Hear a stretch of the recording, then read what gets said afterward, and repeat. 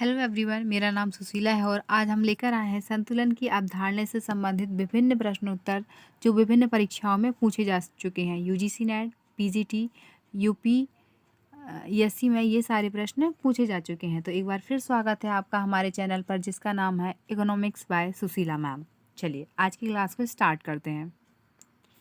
हमारा पहला सवाल है, सामान्य आर्थिक संतुलन निम्नलिखित में से किस समस्या से संबंधित नहीं है। हमें बताना है कि जो हमें विकल्प दिए गए हैं इनमें से कौन सा विकल्प है जो आर्थिक संतुलन की समस्या नहीं है।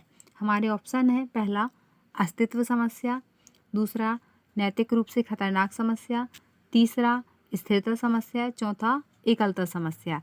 यह प्रश्न जो है वो एनटीए द्वारा दिसंबर 2020 और जून 2022 में पूछा गया है।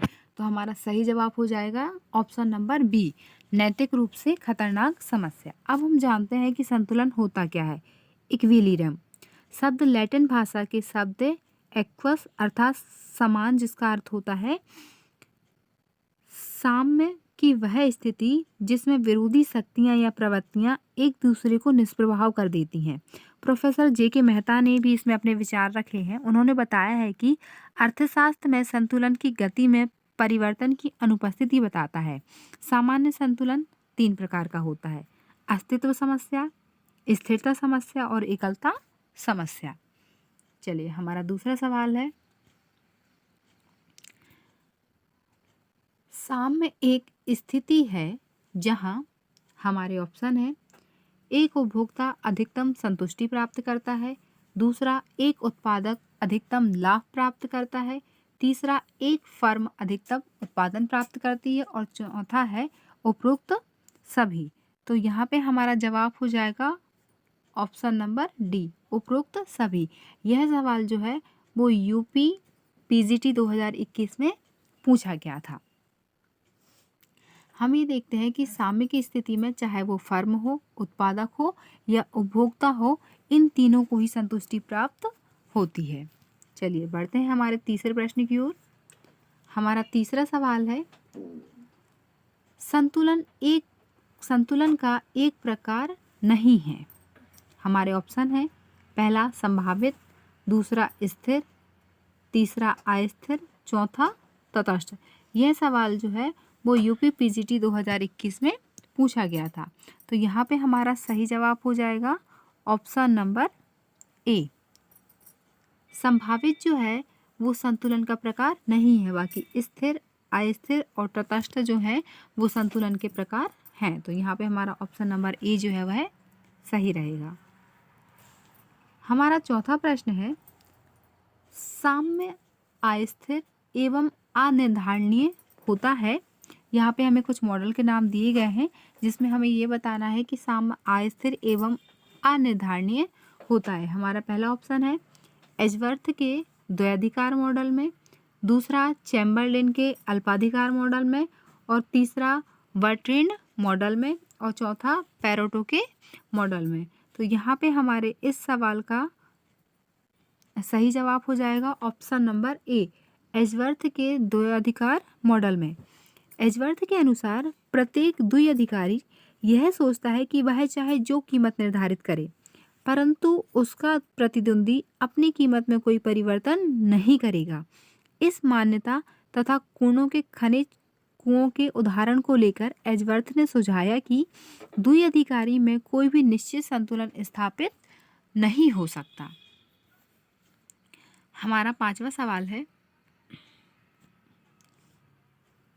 अर्थशास्त्र में साम्य के संबंध में कौन सा कथन सत्य है। हमारा पहला ऑप्शन है गति की अनुपस्थिति, दूसरा गति की दर में परिवर्तन की अनुपस्थिति, तीसरा ए और बी दोनों और चौथा विकल्प शून्य कल्पित परिवर्तनीयता। तो यहाँ पे हमारा सही जवाब हो जाएगा ऑप्शन नंबर बी, गति की दर में परिवर्तन की अनुपस्थिति। अर्थशास्त्र में साम्य का आशय यह नहीं है कि साम्य की स्थिति में गति नहीं होनी चाहिए, बल्कि गति की दर में किसी प्रकार का परिवर्तन नहीं होना चाहिए।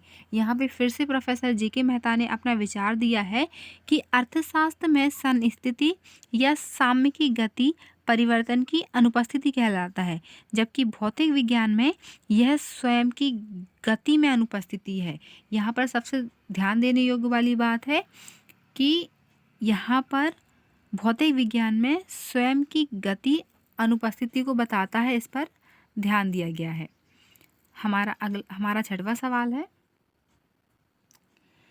यदि एस डी तथा पी, एस का मतलब यहाँ पे सप्लाई से होता है, डी का मतलब डिमांड यानी कि मांग, और पी का आशय यहाँ पे प्राइस से होता है। ठीक, तो हम सवाल को पढ़ते हैं। वस्तु की पूर्ति, मांग तथा कीमत है तो नीचे लिखे मॉडल में संतुलन की प्रकृति होगी। हमारे ऑप्शन हैं, पहला आंशिक संतुलन, दूसरा स्थैतिक संतुलन, तीसरा आंशिक तथा स्थैतिक संतुलन और चौथा प्रावैगिक संतुलन। तो यहाँ पे हमारा सही जवाब हो जाएगा ऑप्शन नंबर सी, आंशिक तथा स्थैतिक संतुलन। चलिए, हमारा सातवां सवाल है, स्थिर संतुलन में साम्य। हमारे ऑप्शन है, मूल बिंदु की ओर लौटते हैं, दूसरा मूल संतुलन से दूर जाती हैं, तीसरा मूल संतुलन की ओर लौट भी सकती हैं और नहीं भी, और चौथा सभी असत्य हैं। यह सवाल जो है MP असिस्टेंट प्रोफेसर परीक्षा में पूछा गया था। तो यहाँ पे हमारा सही जवाब हो जाएगा ऑप्शन नंबर ए, मूल संतुलन की ओर लौटती हैं। स्थिर संतुलन की अवस्था में साम्य मूल संतुलन की ओर लौटता है। एक इकाई या अर्थव्यवस्था उस समय स्थिर संतुलन में हो जाएगी जबकि किसी कारण से संतुलन भंग होने पर या असंतुलन होने पर ऐसी शक्तियाँ स्वतः क्रियाशील हो जाएं जिससे संतुलन की प्रारंभिक स्थिति की प्राप्ति हो जाए या उसे प्राप्त होने की प्रवृत्ति हो।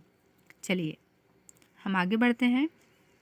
हमारा आठवां सवाल है, सामान्य संतुलन विश्लेषण निर्धारित करता है। हमारे ऑप्शन है, पहला सभी बाजारों में एक साथ मूल्यों और मात्राओं को, दूसरा सभी बाजारों में एक साथ मूल्यों और मात्राओं को और स्पष्ट रूप से प्रतिपुष्टि को दृष्टिगत रखता है, तीसरा प्रतिपुष्टि प्रभावों को, चौथा सभी बाजारों में मूल्यों को। यह सवाल जो है वो UGC नेट के द्वारा जून 2019 में पूछा गया था। तो यहाँ पे हमारा सही जवाब हो जाएगा ऑप्शन नंबर बी, सभी बाज़ारों में एक साथ मूल्यों और मात्राओं को और स्पष्ट रूप से प्रतिपुष्टि प्रदान करता है। इसके बारे में हम थोड़ी सी चर्चा कर लेते हैं। संतुलन विश्लेषण के अंतर्गत संपूर्ण अर्थव्यवस्था में एक साथ संतुलन की व्याख्या की जाती है। यह पूर्ण प्रतियोगिता की अवधारणा पर आधारित है तथा इसमें संतुलन की अवस्था में अज्ञात चरों की संख्या तथा अज्ञात समीकरण की संख्या को समान माना जाता है। हमारा अगला सवाल है, निम्नलिखित में से कौन सामान्य संतुलन से संबंधित एक समस्या है। हमने इससे पहले जो सवाल पढ़ा हुआ था उसमें पढ़ा था कि इनमें से कौन सी समस्या नहीं है। अब हमें बताना है कि सामान्य संतुलन विश्लेषण से संबंधित एक समस्या है। तो हमारा पहला ऑप्शन है अस्तित्व समस्या, दूसरा स्थायित्व समस्या, तीसरा विशिष्ट समस्या और चौथा उपरोक्त सभी। यह प्रश्न जो है वो UGC नेट 2017 में पूछा गया था। तो यहाँ पे हमारा सही जवाब हो जाएगा ऑप्शन नंबर डी, उपरोक्त सभी। सामान्य संतुलन के अंतर्गत सभी कीमतों को परिवर्तनशील माना जाता है तथा सभी बाजारों में साम्य का एक साथ निर्धारण का विश्लेषण किया जाता है। जब हम इसमें यह महत्वपूर्ण हो जाता है तो वस्तुओं तथा साधनों के विभिन्न बाजारों के बीच बहुत अधिक अंशों तक पारस्परिक संबंध तथा निर्भरता पाई जाती है तथा बहुत बड़ी संख्या में एजेंट, उपभोक्ता, उत्पादक, श्रमिक तथा साधनों के स्वामी भी होते हैं। ये सभी कार्यकर्ता स्वार्थपूर्ण होते हैं। तो यहाँ पे हमारा सही जवाब हो जाएगा ऑप्शन नंबर डी। हमारा 10वां सवाल है, सामान्य संतुलन के एरोडेबो मॉडल में निम्नलिखित में से कौन सा कथन सही है? हमारे ऑप्शन है, पहला, वस्तुओं की पहचान वहाँ की जाती है जहाँ दिया जाना है। दूसरा, वस्तुओं की पहचान उस समय की जाती है जब उन्हें दिया जाना होता है। तीसरा, ए और बी दोनों। और चौथा, उपरोक्त में से कोई नहीं। तो यहाँ पे हमारा सही जवाब हो जाएगा ऑप्शन नंबर ए, वस्तुओं की पहचान वहाँ की जाती है जहाँ दिया जाना है। सामान्य संतुलन के एरोडेबो मॉडल यह बताता है कि वस्तुओं की पहचान वहाँ की जाती है जहाँ दिया जाना है। चलिए, हमारा 11वां सवाल है, वालरा के सामान्य संतुलन मॉडल में किसका प्रयोग किया जाता है? हमारे ऑप्शन है, समीकरण प्रणाली। दूसरा, युगपत रेखीय समीकरण प्रणाली। तीसरा, युगपत समीकरण प्रणाली। और चौथा, रेखीय समीकरण प्रणाली। यह प्रश्न जो है वो यूजीसी नेट 2015 और असिस्टेंट प्रोफेसर की परीक्षा में पूछा गया था। तो यहाँ पे हमारा सही जवाब हो जाएगा ऑप्शन नंबर सी, युगपत समीकरण प्रणाली। लियोन बालरा पहले अर्थशास्त्री थे जिन्होंने औपचारिक सामान्य संतुलन स्थापित करने के लिए नवशास्त्रीय सिद्धांत का उसमें समावेश किया। बालरा ने यह प्रदर्शित करने की कोशिश की कि अनेक वस्तुओं के साथ अर्थव्यवस्था कैसे साथ बैठती है और संतुलन की स्थिति में पहुंचती है। इस उद्देश्य के लिए बालरा ने आर्थिक संतुलन का मॉडल प्रस्तुत किया। हमारा 12वां सवाल है, सामान्य संतुलन से अभिप्राय उस स्थिति से है जिसमें सभी आर्थिक इकाइयां अपने अपने वस्तुपरक कार्यों को अधिकतम करती हैं, साथ ही साथ सभी कीमतों में भी संतुलन में रहती हैं और बाजारों में भी संतुलन हो जाता है। हमारे ऑप्शन है, ए सही है, दूसरा सही नहीं है, तीसरा पूर्ण रूप से सही है और चौथा उपरोक्त में से कोई नहीं। तो यहाँ पे हमारा सही जवाब हो जाएगा ऑप्शन नंबर ए, क्योंकि यह कथन जो है वो पूर्णतः सत्य है। हमारा 13वां सवाल है,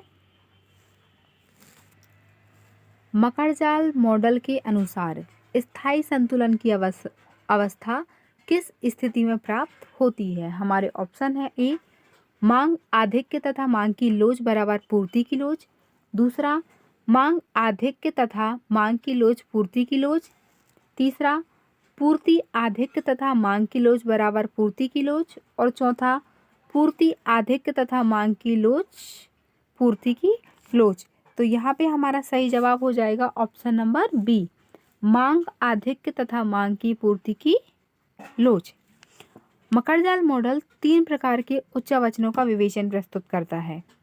पहला, सतत मकड़जाल, स्थिति में कोई स्थायी सन्निस्थिति प्राप्त नहीं होती तथा दोनों वक्रों की बीच जो है एक लोच की स्थिति होती है। दूसरा, अभिबिंदु मकड़जाल, इस स्थिति में पूर्ति लोच मांग की लोच से कम होती है।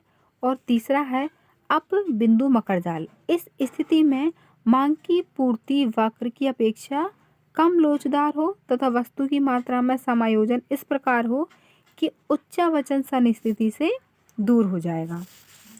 हमारा अगला सवाल है, सामान्य संतुलन सिद्धांत का प्रथम वैज्ञानिक विश्लेषण प्रस्तुत किया। हमारे ऑप्शन है, के ई बोल्डिंग, दूसरा लियोन वालरस, तीसरा विल्फ्रेडो पैरेटो, चौथा जे.एल. Hansen.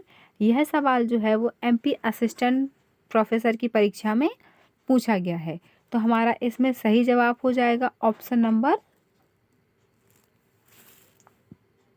B, Leon Walras. Leon Walras ने सामान्य संतुलन सिद्धांत का प्रथम वैज्ञानिक सिद्धांत प्रस्तुत किया था। हमारा अगला सवाल है, निम्नलिखित में से किस अर्थशास्त्री को आंशिक साम्य विश्लेषण के संस्थापक के रूप में जाना जाता है? हमारे ऑप्शन है, J S. Mill, Alfred Marshall, A C. Pigou, J M. Keynes. तो हमारा यहाँ पे सही जवाब हो जाएगा option number B, Alfred Marshall. आंशिक साम्य विश्लेषण के संस्थापक अल्फ्रेड मार्शल हैं। किसी एक वस्तु के बाजार का विश्लेषण करने के लिए आंशिक संतुलन तकनीक का प्रयोग करते हैं, अर्थात आंशिक साम्य का संबंध एक व्यक्तिगत या विशिष्ट इकाई से होता है, या फिर हम कह सकते हैं कि सामान्य संतुलन विधि का प्रयोग किसी वस्तु की कीमत में परिवर्तन होने के फलस्वरूप मांग में होने वाले परिवर्तनों के अध्ययन के रूप में किया जाता है। चलिए आगे बढ़ते हैं। हमारा 16वां सवाल है, सामान्य साम्य आंशिक साम्य के प्रत्यय से संबंधित है, क्रमशः पहला रिकार्डो तथा वालरस से, दूसरा बालरस तथा मार्शल से, तीसरा एरो से और चौथा किंग्स तथा हैंसन से। तो यहाँ पे हमारा सही जवाब हो जाएगा बालरस, सही जवाब हो जाएगा हमारा बालरस तथा मार्शल से। सामान्य साम्य आंशिक साम्य के प्रत्यय बालरस तथा मार्शल से संबंधित है। आंशिक साम्य का संबंध एक व्यक्तिगत या विशिष्ट इकाई से होता है और आंशिक साम्य कीमत सिद्धांत का केंद्र है। सामान्य साम्य का सिद्धांत अर्थव्यवस्था के समस्त भागों के परस्पर संबंधों का अध्ययन करता है। हमारा 17वां सवाल है, आय सिद्धांत प्रस्तुत करने में किंग्स का दृष्टिकोण है, पहला स्थैतिक, दूसरा तुलनात्मक स्थैतिक, तीसरा हिक्स के अर्थ में प्रावैगिक, चौथा हेरोड के अर्थ में प्रावैगिक। तो यहाँ पे हमारा सही जवाब हो जाएगा तुलनात्मक स्थैतिक। आय सिद्धांत प्रस्तुत करने में किंग्स का दृष्टिकोण जो है वो तुलनात्मक स्थैतिक माना जाता है। चलिए हमारा अगला सवाल है,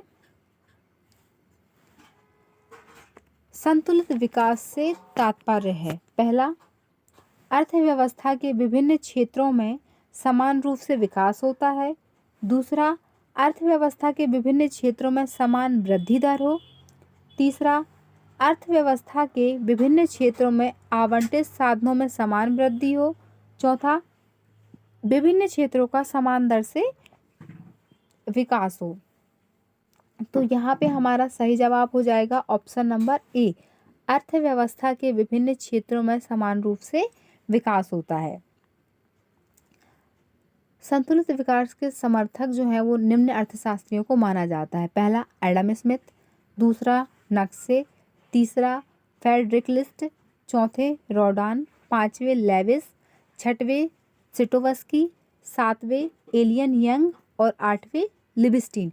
कई बार परीक्षाओं में ये भी पूछ लिया जाता है कि संतुलित विकास से संबंधित कौन कौन से अर्थशास्त्री हैं, तो आप इन अर्थशास्त्रियों के नाम अपनी नोटबुक में नोट कर लीजिएगा, क्योंकि कभी भी सवाल कुछ भी पूछा जा सकता है। हमारा अगला सवाल है, पीगू के अनुसार स्थिर साम्य का उदाहरण है, पहला रखा हुआ अंडा, दूसरा भारी पैंदी वाला जहाज, तीसरा एक सिरे का टिकाया गया अंडा और चौथा उपरोक्त सभी। तो यहाँ पे हमारा सही जवाब हो जाएगा भारी पैंदे वाला जहाज। पीगू के अनुसार आर्थिक इकाई स्थिर सनिस्थिति की स्थिति में तब होती है जबकि यदि कोई गड़बड़ी पैदा हो जाए तो तत्काल ही ऐसी शक्तियाँ क्रियाशील हो जाती हैं जो कि प्रारंभिक अवस्था को फिर से स्थापित कर देती हैं। समुद्र की सतह पर पड़ा भारी पैंदे वाला जहाज स्थिर सनिस्थिति में होता है। चलिए हमारा अगला सवाल, अर्थशास्त्र में साम्य फर्म की अवधारणा का प्रतिपादन किया है, पहला मार्शल, दूसरा पीगू, तीसरा हिक्स, चौथा रॉबिन्सन। तो यहाँ पे हमारा सही जवाब हो जाएगा ऑप्शन नंबर बी, पीगू ने।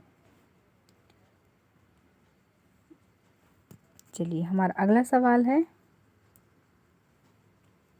21वां सवाल है, साम्य से अभिप्राय है, पहला परिवर्तनहीनता की स्थिति से, दूसरा उस स्थिति से है जब उपभोक्ता को अधिकतम उपयोगिता प्राप्त होती है, तीसरा है हमारा उस स्थिति से है जब उत्पादन न्यूनतम लागत पर होता है, और चौथा है उपरोक्त सभी।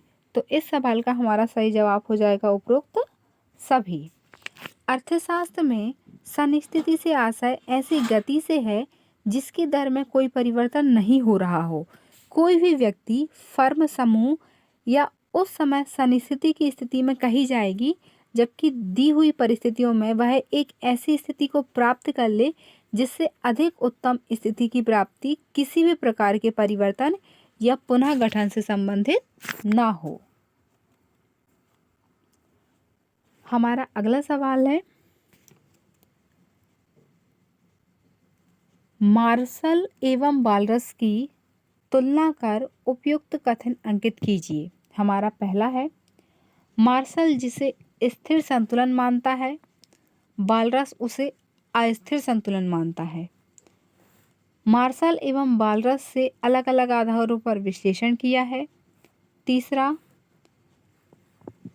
मार्शल का विश्लेषण वैज्ञानिक है और वालरस का अवैज्ञानिक है। चौथा, वालरस का विश्लेषण वैज्ञानिक है एवं मार्शल का अवैज्ञानिक है। तो यहाँ पे हमारा सही जवाब हो जाएगा ऑप्शन नंबर ए। मार्शल जिसे स्थिर संतुलन मानता है और वालरस उसे अस्थिर संतुलन मानते हैं।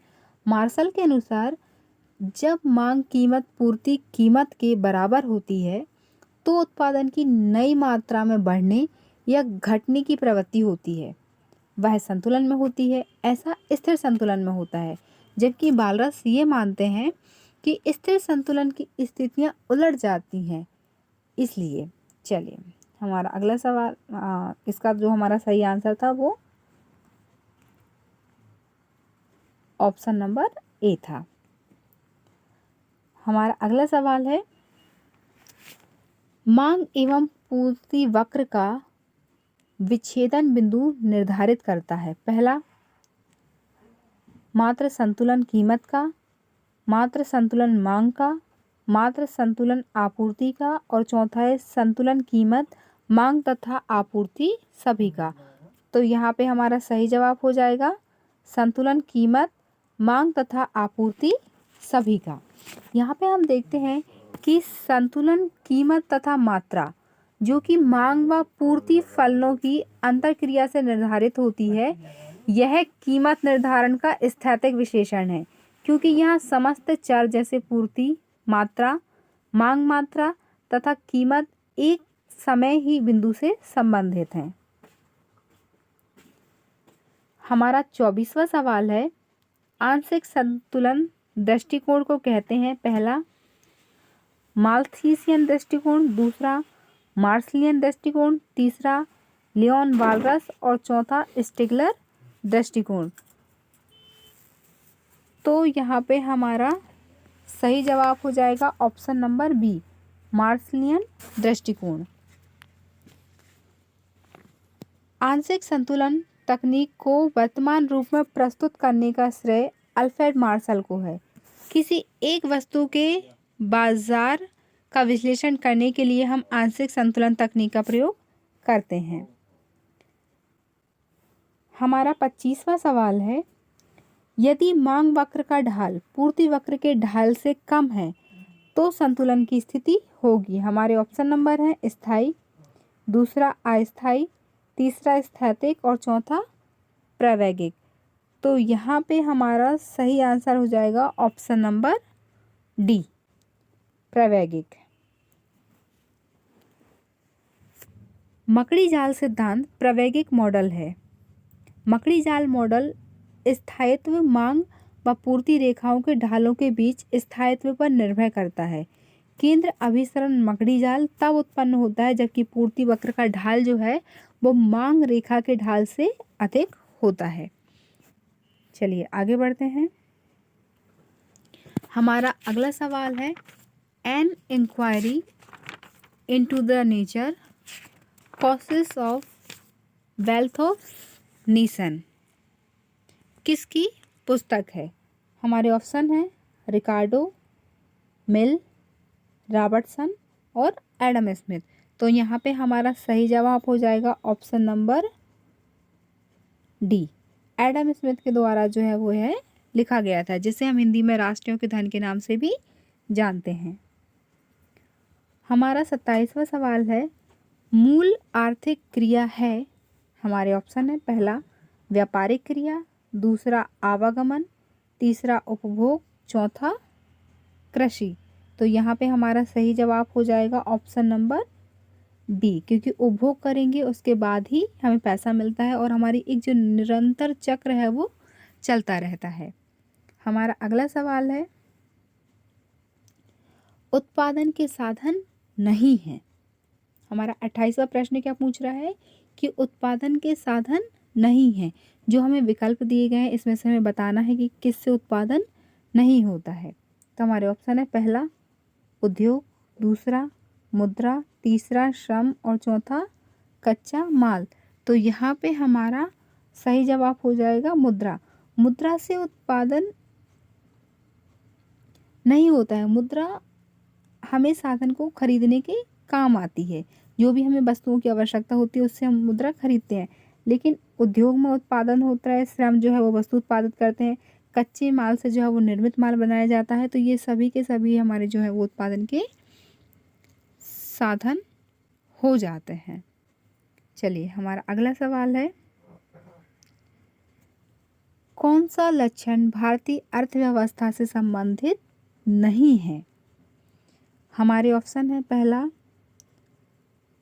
असंतुलित व्यावसायिक ढांचा, दूसरा कुशल एवं ईमानदार प्रशासन, तीसरा जनसंख्या का भारी दबाव और चौथा विदेशी सहायता पर निर्भरता। तो यहाँ पे हमारा सही जवाब हो जाएगा कुशल एवं ईमानदार प्रशासक। भारतीय अर्थव्यवस्था की बहुत सारे लक्षण होते हैं, जिसमें सम्मिलित होता है असंतुलित व्यापारिक ढांचा, जनसंख्या का भारी दबाव, विदेशी सहायता पर निर्भरता, प्रति व्यक्ति आय का निम्न होना और बेरोजगारी की समस्या। चलिए आगे बढ़ते हैं।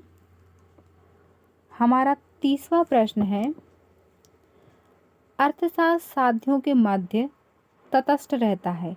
यह विचार किसने प्रस्तुत किया है। हमारे ऑप्शन है, पहला काल्डोर, दूसरा पीगू, तीसरा रॉबिन, चौथा सैमुअल्सन। तो यहाँ पे हमारा सही जवाब हो जाएगा ऑप्शन नंबर सी, रॉबिन्स।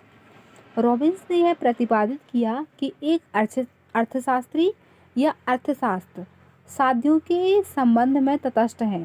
केवल दिए गए साध्यों को प्राप्त करने के लिए रास्ते आर्थिक तथा अनार्थिक हो सकते हैं। उनके अनुसार साध्य तो पूर्व निश्चित है। अर्थशास्त्री का कर्तव्य दुर्लभ साधनों को ठीक ढंग से प्रयोग करना है। हमारा 31वां सवाल है, अर्थशास्त्र प्रारंभिक तौर पर अध्ययन करता है। हमारे ऑप्शन है, व्यक्ति का, दूसरा समाज का, तीसरा राष्ट्र का और चौथा धन का। तो यहाँ पे हमारा सही जवाब हो जाएगा हमारा ऑप्शन नंबर डी, धन का। अर्थशास्त्र में धन से संबंधित ही चीज़ों का अध्ययन किया जाता है। आर्थिक विकास की प्रक्रिया में अर्थव्यवस्था में अनेक संरचनात्मक परिवर्तन होते हैं। वास्तविकता तो यह है कि इन सब संरचनात्मक परिवर्तनों के आधार पर ही इस निष्कर्ष पर आते हैं कि अर्थव्यवस्था विकास में किस ओर जा रही है। चलिए अगले प्रश्न की ओर बढ़ते हैं। हमारा 33वां प्रश्न है, अर्थशास्त्र की व्याख्या करते हुए किसने कहा कि जीवन के साधारण व्यापार में मानव जाति का एक अध्ययन है। हमारे ऑप्शन है, पहला एडम स्मिथ, दूसरा कार्ल मार्क्स, तीसरा जे.एस. मिल और चौथा मार्शल। तो यहाँ पे हमारा सही जवाब हो जाएगा मार्शल, क्योंकि मार्शल ने बताया था कि सर्वोपरि जो है वो मानव है, धन मनुष्य के लिए है, मनुष्य धन के लिए नहीं है। तो उन्होंने इसी बात को इंगित किया है। चलिए आगे बढ़ते हैं। हमारा 33वां सवाल है, अर्थशास्त्र किस परिभाषा के लिए उसे घृणित विज्ञान कहकर आलोचना की गई है। पहला, अर्थशास्त्र कल्याण का अध्ययन है, दूसरा अर्थशास्त्र सीमितता का अध्ययन है, तीसरा अर्थशास्त्र वृद्धि का अध्ययन है और चौथा अर्थशास्त्र धन का अध्ययन है। तो यहाँ पर हमारा चौथा ऑप्शन सही हो जाएगा, अर्थशास्त्र धन का अध्ययन है। धन संबंधी इस दृष्टिकोण के कारण अर्थशास्त्र की परिभाषा अत्यंत एकांकी एक पक्षीय शास्त्र के रूप में परिलक्षित होती है और क्लासिकल अर्थशास्त्रियों ने यह भुला दिया कि धन साधन है, साध्य नहीं। साध्य तो मनुष्य और उसकी संतुष्टि है। चलिए हमारा 34वां सवाल है, व्यापार आर्थिक वृद्धि का इंजन है के प्रतिपादक हैं पहला जे.एस. मिल, दूसरा एडम स्मिथ, तीसरा लुईस और चौथा अल्फ्रेड मार्शल। तो यहाँ पे हमारा सही जवाब हो जाएगा option number B, Adam Smith. व्यापार आर्थिक वृद्धि का इंजन है के सिद्धांत का प्रतिपादन जो है वो एडम स्मिथ ने किया। इसमें उन्होंने यह दिखाने का प्रयास किया कि जो देश आर्थिक व्यापार करते हैं उनकी विकास दर अधिक है और व्यापार का सीधा संबंध उद्योग से जुड़ता है और उद्योग से लोगों को रोजगार मिलता है। हमारा 35वां प्रश्न है, इच्छा विहीनता का सिद्धांत प्रतिपादित किया गया पहला जे.के. मेहता द्वारा, दूसरा जे.आर. हिक्स द्वारा, तीसरा सैमुअल्सन द्वारा और चौथा ए.एस.वी. प्यूगो के द्वारा। तो यहाँ पे हमारा सही जवाब हो जाएगा option number A, JK. Mehta के द्वारा। जे.के. मेहता ने इच्छा विहीनता का सिद्धांत प्रस्तुत किया। उन्होंने बताया कि अर्थशास्त्र एक विज्ञान है जो मानवीय व्यवहार की इच्छा रहित अवस्था या इच्छा विहीनता की स्थिति तक पहुंचने के लिए एक साधन के रूप में अध्ययन किया जाता है। हमारा 36वां सवाल है, अर्थशास्त्र का जनक किसे कहा जाता है, यानी कि फादर ऑफ इकोनॉमिक्स कौन है हमारे। तो हमारे ऑप्शन है मार्शल, रॉबिन्स, एडम स्मिथ और इनमें से कोई नहीं। तो एक नाम तो हमें याद रख ही लेना चाहिए कि फादर ऑफ इकोनॉमिक्स कैसे कहा जाता है, एडम स्मिथ को, जिन्होंने 1776 में अपनी वेल्थ ऑफ नेशन पुस्तक में इस बात का उल्लेख किया था। हमारा 37वां प्रश्न है, एक चक्रीय मॉडल में वास्तविक चर है। हमारे ऑप्शन है ए, केवल संसाधन जो प्रयुक्त होते हैं, दूसरा मुद्रा जो साधन बाजार से घरेलू क्षेत्र की ओर प्रवाहित होती है, तीसरा केवल वस्तु एवं व्यापार जो उत्पादित की जाती हैं और चौथा उत्पादित वस्तु एवं सेवाएं दोनों तथा संसाधनों में जो प्रयुक्त हैं। तो यहाँ पे हमारा सही जवाब हो जाएगा ऑप्शन नंबर डी, उत्पादित वस्तुएं एवं सेवाएं दोनों तथा संसाधन जो प्रयुक्त होते हैं।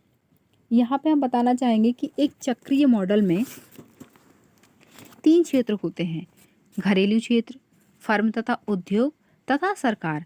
घरेलू क्षेत्र फर्म को संसाधन उपलब्ध कराता है, फर्म घरेलू क्षेत्र को उत्पादित वस्तुएं तथा सेवाएं प्रदान करती हैं। हमारा 38वां सवाल है, स्वतंत्र होते समय भारत ने चुनी थी पहली पूंजीवादी अर्थव्यवस्था, दूसरा साम्यवादी अर्थव्यवस्था, तीसरा मिश्रित अर्थव्यवस्था और चौथा उदार अर्थव्यवस्था। तो यहाँ पे भारत ने जो है वो मिश्रित अर्थव्यवस्था को चुना था, यानी कि हमारा सही आंसर हो जाएगा मिश्रित अर्थव्यवस्था। मिश्रित अर्थव्यवस्था में पूंजीवादी तथा समाजवादी दोनों अर्थव्यवस्था को सम्मिलित किया जाता है, क्योंकि हम किसी भी एक को लेकर पूरी तरीके से नहीं चल सकते हैं। पूंजीवादी अर्थव्यवस्था में पूंजी का प्रयोग किया जाता है और समाजवादी अर्थव्यवस्था में समाज कल्याण को जो है वो महत्व दिया जाता है। चलिए हम आगे बढ़ते हैं अपने अगले सवाल की ओर। अर्थशास्त्र एक सिद्धांत की अपेक्षा एक पद्धति है। यह विचार जो है वो किसने प्रस्तुत किया है। हमारे ऑप्शन हैं पहला हाम, दूसरा हिक्स, तीसरा किंग्स, चौथा मिल। यहाँ पे हमें बताना है कि अर्थशास्त्र एक सिद्धांत की अपेक्षा एक पद्धति है, यह किसने कहा था। तो यहाँ पे हमारा सही जवाब हो जाएगा ऑप्शन नंबर सी, किंग्स ने बताया था कि अर्थशास्त्र एक सिद्धांत की अपेक्षा जो है वो एक पद्धति है। चलिए आगे बढ़ते हैं, हम अपने अंतिम प्रश्न की ओर आ गए हैं। हमारा आखिरी प्रश्न है, निम्न में से कौन भौतिक परिभाषा के अंतर्गत नहीं है? हमारे ऑप्शन हैं, पहला एडम स्मिथ की परिभाषा, दूसरा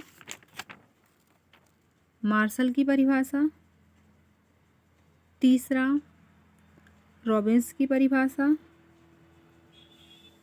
चौथा इनमें से कोई नहीं। हमें बताना है कि भौतिकवादी अर्थव्यवस्था जो है वो निम्न में से कौन सी नहीं है। तो यहाँ पे हमारा सही जवाब हो जाएगा ऑप्शन नंबर बी। चलिए, थैंक यू सो मच इस पूरी वीडियो को देखने के लिए। अगर आपको यह वीडियो पसंद आई है तो लाइक कमेंट ज़रूर करिएगा। धन्यवाद।